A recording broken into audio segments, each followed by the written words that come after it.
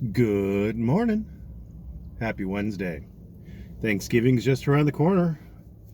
I hope your Thanksgiving is COVID free. And I hope the cops don't bust in to try to break up your Thanksgiving too.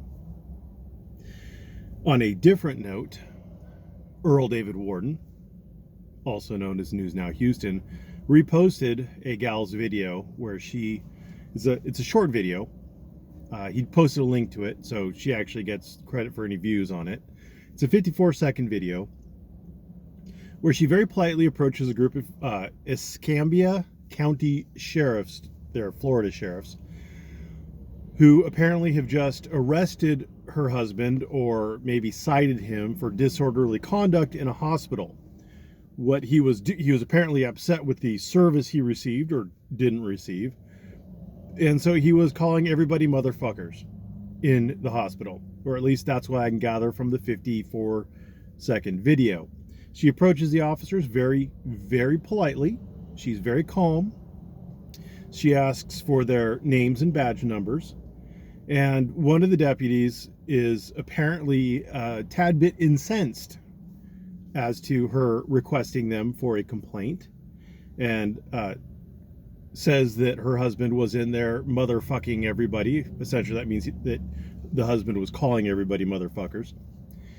And that if she wants to file a complaint on him, on the officer, then he's going to essentially make sure that her husband gets jail time. And we'll see who profits from the complaint is essentially his threat. And then he tells her to get out of there, and if she comes back, she's thirsty, and she asks, thirsty for what? And he says, thirsty for a trespass. And so she leaves, very politely, very wisely on her part. Now, did the cop do something wrong? Sure, he most likely violated policy. I mean, you're supposed to be polite.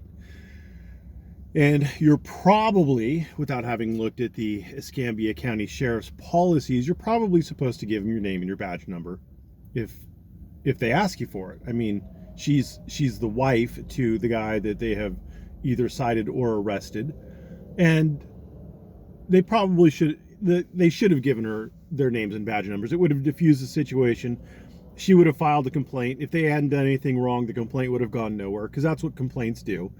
And you can't just send a billion complaints well, I don't know. Nowadays, it seems like if you complain enough, if you throw enough riots, then you could get pretty much whatever you want. But generally speaking, if you give somebody your name and badge number and you get a complaint, they'll check to see if it's unfounded or not.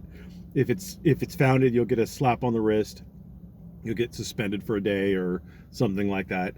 And then no harm, no foul. You go back to work, and hopefully you've learned your lesson. If you don't learn your lesson, you get enough of them, eventually they're going to fire you, because that's the way jobs work. Being a police officer, being a sheriff's deputy is just like being in any other job, except you carry a gun, and your bad days are usually worse than the bad day of someone who's working at Starbucks. For everybody involved.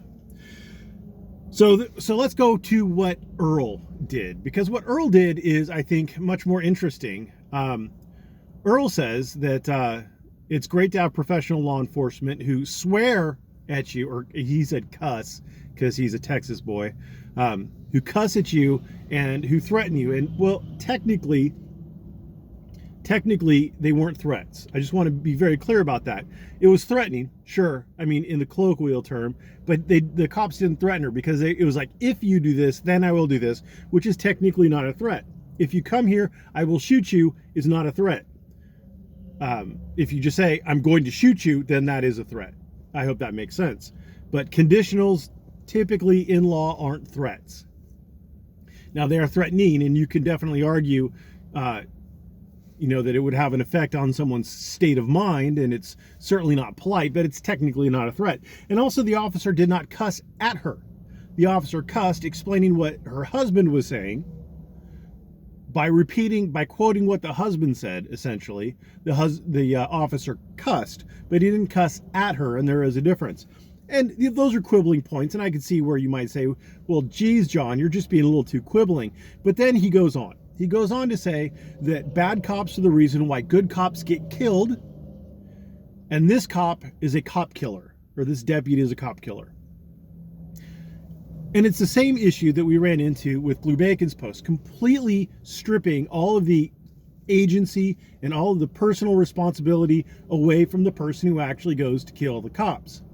That person is a cop killer, not a cop. There's nothing that you can say that should justify violence. And just the sheer ignorance of Earl making that statement, not realizing that that exact same line of reasoning is being used to try to justify shutting down auditors. The auditor is making the cop arrest them. The auditor is making the cop harass them. The auditor is irritating these people, and so they need protection from this auditor. The auditors are bringing it on themselves. It's the exact same line of reasoning. So no, there is personal responsibility. There is agency. You are your own person. You make your own decisions. And if you choose to kill a cop, that is on you. That's not on another cop who swore or who made vague threats, if you could call them threats. It's on you.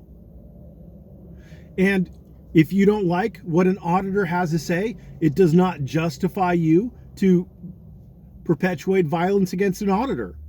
It doesn't justify you to wrongfully arrest an auditor. It doesn't justify you to wrongfully charge an auditor. Remember, you are a person with control over your actions. You're an adult, hopefully, if you're watching these videos, especially considering the language that's been used in this video. Act like it. Understand that you are responsible for your actions. Other people are responsible for their actions, and there are no words that justify violence. Thanks for watching. Have a great day.